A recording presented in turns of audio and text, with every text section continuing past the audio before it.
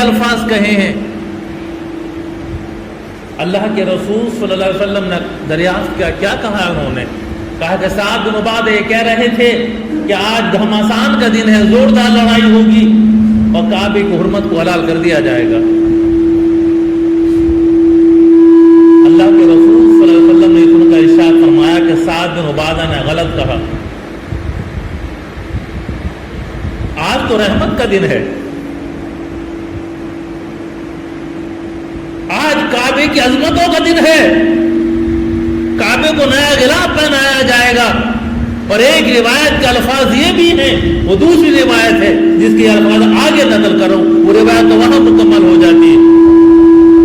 اس کے الفاظ یہ ہیں کہ پیارے آقا صلی اللہ علیہ وسلم نے یہ بھی فرمایا کہ آج قریش کو عزتیں بخشی جائیں گی. قریش ذلیل نہیں ہوں گے، قریش کو عزتیں بخشی جائیں گی. اعزاز گرامی، کیونکہ حضرت سعد بن عبادہ رضی اللہ عنہ سے ایک فخریہ بات نکلی تھی اور کعبے کے تعلق سے انہوں نے جملے کہے تھے، وہ پیارے آقا صلی اللہ علیہ وسلم کو ناپسندیدہ تھے. اس لیے اللہ کے رسول صلی اللہ تعالی علیہ وآلہ وسلم نے حضرت سعد بن عبادہ رضی اللہ تعالی عنہ سے علم لے کر کے، جو پرچم ان کے ہاتھ میں تھا قبیلے کا، ان کے بیٹے حضرت قیس بن سعد کو دے دیا، کیونکہ انہوں نے کعبے کے تعلق سے ایک نازیبہ بات کہی تھی. اس لیے ان سے پرچم اسلام لے لیا گیا. جو پرچم قبیلے کا ان کے ہاتھ میں تھا، انہی کے بیٹے جو 17 سال کے نوجوان تھے حضرت قیس بن سعد کو دے دیا.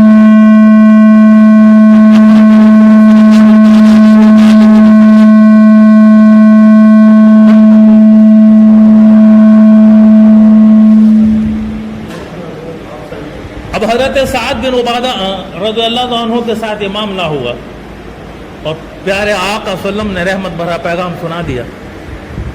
اب ابو سفیان وہاں سے روانہ ہوئے اور لشکر اسلام کے مکہ معظمہ میں داخل ہونے سے پہلے انہوں نے سب کو اکٹھا کیا اور کہا کہ میں اسلامی لشکر کو بڑے قریب سے دیکھ کر کے آ رہا ہوں. اہل مکہ، تمہارے اندر وہ ہمت و طاقت نہیں ہے کہ تم اس لشکر کا مقابلہ کر سکو. اس لیے میری رائے یہ ہے کہ تم سب کے سب اطاعت کا اقرار کر لو. اب یہاں پر ایک اہم بات یہ بھی ہے کہ جب حضرت ابو سفیان نے اسلام قبول کر لیا تھا تو کیونکہ سردار قریش تھے، قوم کی فکر تھی، اور اپنے کسی بھی سردار کو قوم کی فکر، پوری قوم کی فکر ہوتی ہے اور ہونی بھی چاہیے. تو اس وقت کہا تھا کہ میں نے تو اسلام قبول کر لیا یا رسول اللہ، لیکن اہل مکہ کے لیے کیا ہے؟ تو کونین کے تاجدار صلی اللہ علیہ وسلم نے ارشاد فرمایا تھا کہ ابو سفیان جو تمہارے گھر میں داخل ہو جائے اس کو امان ہے. اے سرکار کی رحمت دیکھیے، جو کل تک اسلام اور مسلمانوں کا سب سے بڑا دشمن تھا ابو سفیان، اس کو کیسے نوازا جا رہا ہے. آقا فرماتے ہیں کہ ابو سفیان جو تمہارے گھر میں پناہ لے لے اس کو امان ہے، جو گھر میں تمہارے داخل ہو جائے. عرض کیا ہے آقا، میرا گھر تو اتنا بڑا نہیں. تو آقا نے ارشاد فرمایا کہ جو خانہ کعبہ کے اندر داخل ہو جائے اس کو امان ہے. کہ یا رسول اللہ، خانہ کعبہ بھی اتنی وسعت نہیں رکھتا. ارشاد فرمایا جو مسجد حرام میں داخل ہو جائے اس کو بھی امان ہے. کہا یا رسول اللہ، مسجد حرام کی وسعتیں بھی ناکافی ہوں گی آبادی کے اعتبار سے. تو دریائے رحمت جوش میں آ کر ارشاد فرمایا جو اپنے گھر پر دروازہ بند کر کے بیٹھ جائے اور جو ہتھیار ہمارے خلاف نہ اٹھائے سب کو امان ہے. ابو سفیان مطمئن تھے. یہی بات وہ جا کر کے اہل مکہ کو پیغام دیتے ہیں کہ میری سرکار سے ایسے سے گفتگو ہو گئی ہے اور سرکار اپنے وعدوں کو پورا کرنے والے ہیں. لہذا بہتر یہ ہے. لیکن کیا حالات تھے کہ ان کی خود بیوی ہند جس کا نام تھا، بڑی بے باک لیڈی تھی، وہ بہت بے باک. اس نے ان کے خلاف بغاوت کر دی اور لوگوں سے کہا، نوجوانوں سے کہا کہ اس بوڑھے کی بات مت ماننا، مسلمانوں کا مقابلہ کرنا، اور تیاری کرو. ان کو ورگلانا شروع کر دیا، جوش دلانا شروع کیا. بڑی مشکل سے انہوں نے اپنی بیوی پر کنٹرول پایا اور پھر سمجھایا کہ تم مجھ کو نہیں پہچانتے، مجھ کو نہیں جانتے، میں تمہارا سردار ہوں بھائی، تمہارے فائدے کی بات بتا رہا ہوں. تو ان کے سمجھانے بجھانے پر اکثریت اس بات پر تیار ہو گئی کہ ہاں ہم جو ہے اس پر عمل کریں گے جو تم کہہ رہے ہو، اور مسلمانوں سے مقابلہ نہیں کریں گے. اللہ کے رسول صلی اللہ علیہ وسلم نے اپنے لشکر کو اس حساب سے ترتیب دیا کہ ایک طرف سے آپ، دوسری طرف سے حضرت خالد بن ولید کو حکم دیا کہ آپ سمت مخالف سے آئیے، دوسری سمت سے آئیے پہاڑوں کی طرف سے، تاکہ اگر کوئی بھی مخالفت کرے، مزاحمت کرے، راستے میں رکاوٹ بنے، تو ان سب حالات پر کنٹرول کیا جا سکے. اب اس وقت مکے کے حالات بالکل، میں اگر مثال دوں آپ کو تو آپ نے تو دیکھا ہے جو کرفیو کے حالات ہوتے ہیں، بالکل وہ حالات. سب لوگ، کچھ لوگ ابو سفیان کے گھر میں چلے گئے، کچھ کعبے کے اندر چلے گئے، حرم شریف میں چلے گئے، مسجد حرام میں، کچھ لوگ اپنے گھروں پر بیٹھ گئے، کچھ لوگ اوپر سے جھانک رہے تھے چھتوں پر سے کیا ہو رہا ہے اسلام مشرق کو دیکھنے کے لیے، لیکن سڑکوں پر کوئی نہیں تھا. اسی لیے کہ کوئی آتا تو یہ سمجھا جاتا کہ یہ مقابلے پر آ رہا. ہاں ابھی بھی کچھ ہر قوم میں یہ ہوتا رہا ہے، تاریخ گواہ ہے اس بات کی. کچھ شر پسند ایسے تھے ابھی بھی کہ وہ ابو سفیان سے متفق نہیں ہوئے. ان میں ابو جہل کا بیٹا اکرامہ تھا، یہ بعد میں ایمان لے آئے ہیں، اور صفوان بن امیہ تھا، ایک اور تھا. ان تینوں نے کہا کہ ہم تو کسی بھی حال مسلمانوں کو داخلہ نہیں دیں گے، ہم تو لڑائی لڑائیں گے. انہوں نے نوجوان لڑکوں کو بھڑکایا اور حضرت خالد بن ولید جس دستے کے ساتھ داخل ہوئے تھے اس پر انہوں نے حملہ کر دیا. بخاری شریف کی روایت کے مطابق 2 نام اس میں دیے ہوئے ہیں، 2 مسلمان شہید ہوئے، اور ایک اور تاریخ کی کتاب ہے اس کے مطابق 3 نام ہیں. بہرحال میں نے دونوں احتیاط کے ساتھ سامنے بیان کر دیا حوالے سے. تو 3 مسلمان اس میں شہید بھی ہوئے. حضرت خالد بن ولید کو ان کے خلاف ایکشن لینا پڑا اور 10 کفار و مشرکین اس وقت قتل کر دیے گئے. اب مسلمانوں کے لیے راستہ صاف تھا، کوئی کچھ کہنے والا نہیں تھا. اللہ کے رسول صلی اللہ تعالی علیہ وآلہ وسلم مقام حجون پر قیام فرما ہوئے، اور یہ وہی مقام ہے کہ جس کو ہم بالفاظ دیگر جنت المعلی کہتے ہیں. میرے اعتبار سے جو صحیح تلفظ جنت المعلی ہے، جو تاریخ کی کتابوں میں درج ہے، لیکن اس کو اب جنت المعلی کے نام سے بھی جانا جاتا ہے. کثرت استعمال سے اہل زمار نے اتنی گنجائش رکھی ہے، یہ ایک الگ ٹاپک ہے تلفظ کا، تو اس میں کوئی حرج کی بات نہیں ہے. تو وہ مقام کے جہاں قبرستان ہے جنت المعلی کا، اس مقام پر آپ نے قیام فرمایا. اس کی وجہ بھی بہت سے لوگوں نے بیان کی، اگرچہ یہ کسی مستند تاریخ کی کتاب میں میری نظر سے یہ واقعہ نہیں گزرا، لیکن اہل محبت نے اس کو بیان کیا ہے، علماء نے بیان کیا ہے، تو مجھے بھی وہ واقعہ اچھا لگتا ہے. اور وہ یہ کہ جب سرکار صلی اللہ علیہ وسلم سے پوچھا گیا کہ یا رسول اللہ آپ کا قیام کہاں ہونا چاہیے، تو آپ نے فرمایا کہ ہماری وفا شعار بی بی حضرت خدیجہ کی قبر کے پاس ہونا چاہیے. تو جنت المعلی میں تشریف ان کی قبر بنی ہوئی تھی. ان کی قربانی اس لائق تھی، اور پیارے آقا صلی اللہ علیہ وسلم ہمیشہ ان کو یاد کیا کرتے تھے. عزیزان گرامی، اسی مقام سے آپ روانہ ہوئے.